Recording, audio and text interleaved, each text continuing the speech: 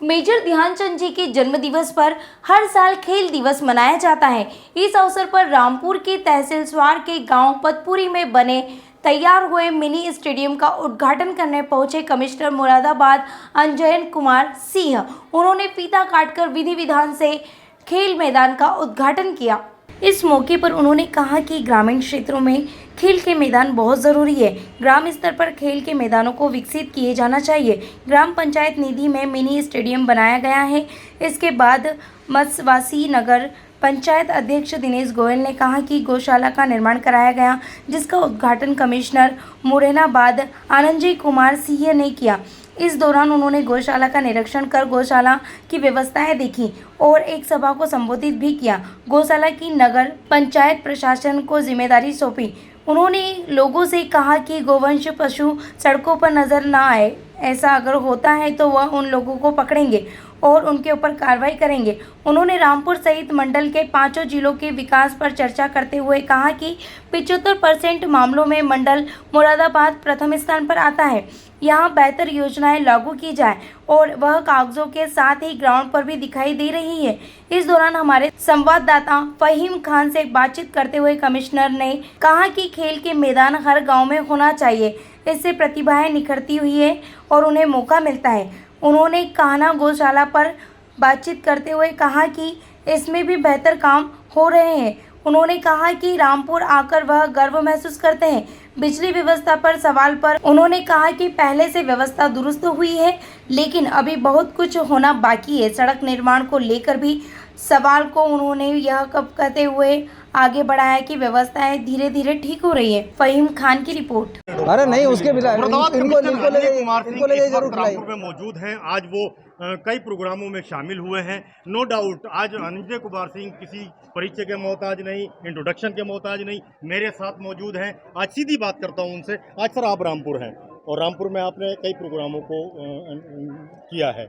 सबसे पहले मेजर ध्यानचंद जो खेल दिवस के रूप में बहुत मशहूर रहे और उनका आज मैदान तैयार हुआ, मिनी स्टेडियम बना, वहाँ से शुरू करके बताएं सर। देखिए, शासन के निर्देश में बहुत सारी जगहों पर हम लोग लगातार काम कर रहे हैं और इसमें माननीय मुख्यमंत्री जी के निर्देश भी हैं। ख़ास तौर से ग्राम्य स्तर पर ग्रामीण क्षेत्रों में, चाहे वो विद्यालय हो, आंगनवाड़ी सेंटर हो, ग्रामीण जो आधारभूत संरचना हो, उसके सारे काम हो। इसी में एक था खेल मैदान, जो काफ़ी पहले से मुख्यमंत्री ने निर्देश दिया हुआ है। हर एक ग्राम पंचायत में कम से कम एक खेल मैदान हो और एक बड़ा स्टेडियम, जहाँ पे भी संभावना है मिनी स्टेडियम बनाया जाए। तो संयोग से आज खेल दिवस भी है, उसी सिलसिले में एक मिनी स्टेडियम बनाया गया था, जिसका लोकार्पण हुआ और वहाँ पे अभी सुविधाएं विकसित की जा रही हैं। हमारा प्रयास ये है कि पूरे मंडल के हर एक जनपद में जहाँ पे हमें ज़मीन की उपलब्धता हो रही है, वहाँ मिनी स्टेडियम बनाए। और ये सब ग्राम पंचायत ग्राम स्तर पर ब्लॉक पंचायत के सहयोग से बना रहे हैं, जिला पंचायत के सहयोग से बना रहे हैं। जहाँ पे भी जो निधियाँ हैं और जो मनरेगा से भी जितने कच्चे मैदान डेवलप हो पा रहे हैं, उनको हम कर रहे हैं, ताकि बच्चों को अपने शारीरिक विकास के लिए स्थान मिल सके। और साथ ही आपको पता है, यहाँ पे बहुत सारे बच्चे आर्मी की तैयारी करते हैं, पुलिस में जाने की तैयारी करते हैं, तो उनको अपनी तैयारी के लिए जगह मिले, प्रतिभा निखारने के लिए उनको। तो पहला तो ये था। दूसरा, ये गौशाला है, कान्हा गौशाला, जो नगर पंचायत के द्वारा बनाई गई है। इसमें कुछ हिस्सा जो बाउंड्री का है, उसमें ग्राम पंचायत यानी मनरेगा से भी किया गया है। और एक बढ़िया ये व्यवस्था है, जिसमें जो हमारे छुट्टा गोवंश है, उसके लिए ये काम करेगा। पूरे मंडल में अभियान चलाकर, चाहे वो गोवंशीय पशु कहीं किसी भी तरीके के हों, चाहे नंदी हों, चाहे गायें हों, सबके लिए हम व्यवस्था कर रहे हैं। और बारिश में थोड़ी सी अभी व्यवधान आया ज़रूर है, लेकिन बहुत शीघ्र हम अपने मंडल में कम से कम इतना कह सकते हैं कि छुट्टा पशुओं की समस्या नहीं रहेगी। अच्छा सर, रामपुर के अंदर चूँकि आप तो खुद यहाँ रहे हैं और आपने देखा है कि बिजली विभाग से संबंधित जो शिकायतें थी, इस गर्मी में बिजली विभाग ने वाकई में बहुत रुलाया है। अभी मंडल स्तर से होना कुछ बाकी ज़्यादा है। देखिए, शिकायतें हैं बिजली विभाग की। इसके पहले शहरों से शिकायतें थी कि बिजली विभाग की चेकिंग कर रहे हैं, प्रताड़ित कर रहे हैं, जैसी चीज़ें भी थी। उन सबको संज्ञान में लेकर फिर काम किया गया, वो शिकायतें कम हुई। दूसरी बात है कि विद्युत आपूर्ति में व्यवधान बारिश के समय में होता है, सामान्य तौर पर भी होता है, इधर भी हुआ। कुछ दबाव भी रहा विद्युत विभाग के सप्लाई पर, तो लेकिन मोटा मोटी हमने बहुत ज़्यादा व्यवधान नहीं उत्पन्न होने दिया और जो हुआ है वो सब संज्ञान में, उस पर हम कार्य कर रहे हैं।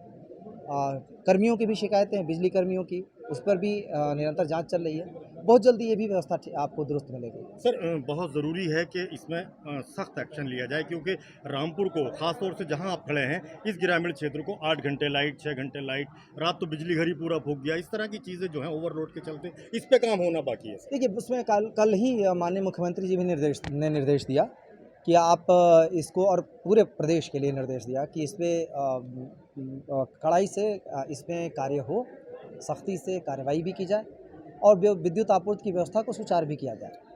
हमारे मंडल में करीब 250 करोड़ से ज़्यादा का इंफ्रास्ट्रक्चर की बेहतरी के लिए फंड की तैयारी भी हो चुकी है और वो शीघ्र मिलने वाला है। जहाँ पे जर्जर तार हैं वो बदलने के लिए, या ट्रांसफार्मर या सब स्टेशन की कैपेसिटी बढ़ानी है, क्योंकि मांग बहुत ज़्यादा है। पहले से बहुत ज़्यादा मांग बढ़ी है, क्योंकि बिजली की आपूर्ति चूँकि बेहतर हुई है, तो सब लोग बिजली पे ही शिफ्ट हो रहे हैं धीरे धीरे। ये एक चुनौती है निश्चित रूप से।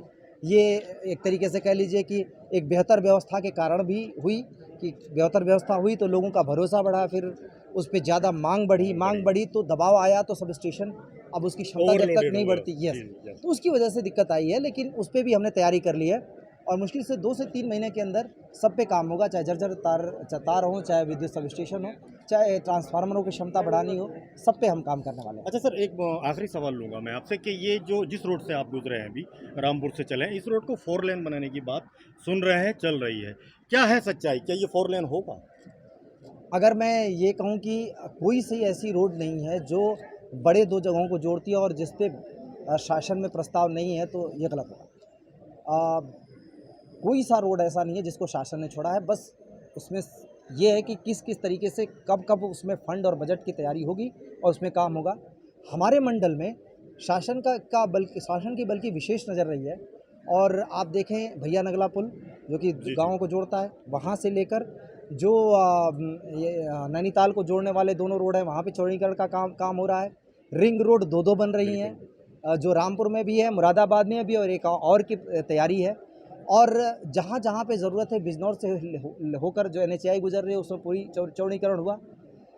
तो अगर आप देखें तो कोई सी ऐसी रोड नहीं है जिस पे शासन में प्रस्ताव न गया और शासन उस पर विचार न कर रहा हो। जहाँ जहाँ संभावनाएं हैं सब जगह हो रहा है।